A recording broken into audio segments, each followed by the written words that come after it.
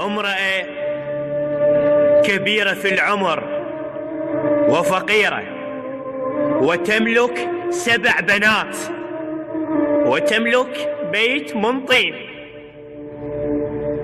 فراحت الأخوة تتداين من عنده فلوس، انطاها. وفي اليوم التالي اجاها قال لها انت ما تقدرين على هيك مبلغ، اريد الفلوس. فدنقت وقامت تبكي. قالت له ها اخويا ايش قلت؟ بس قلب وحداي اللي هو مقلقل خاف ويسمع الناس، فشله من ولو مستحي عقبي اشمهن شيلات حلقك مخرط الراس. اشتميتك قبل ما توصل الباب،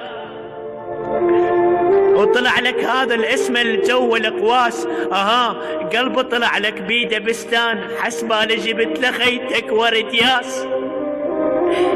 عافية ابن امي، عافية ابن امي، عافية عافية ابن امي. جيت بوقفتك فيت، اظنك جاي تقلد لعباس.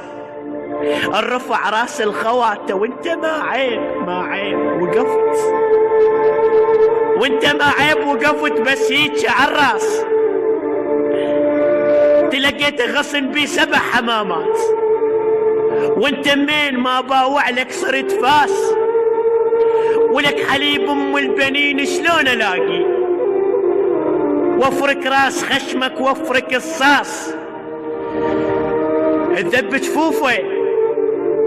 جفوفه على موتين، شماله ما ذبالك مجعة احساس. خادمكم الشاعر ديار المجروح.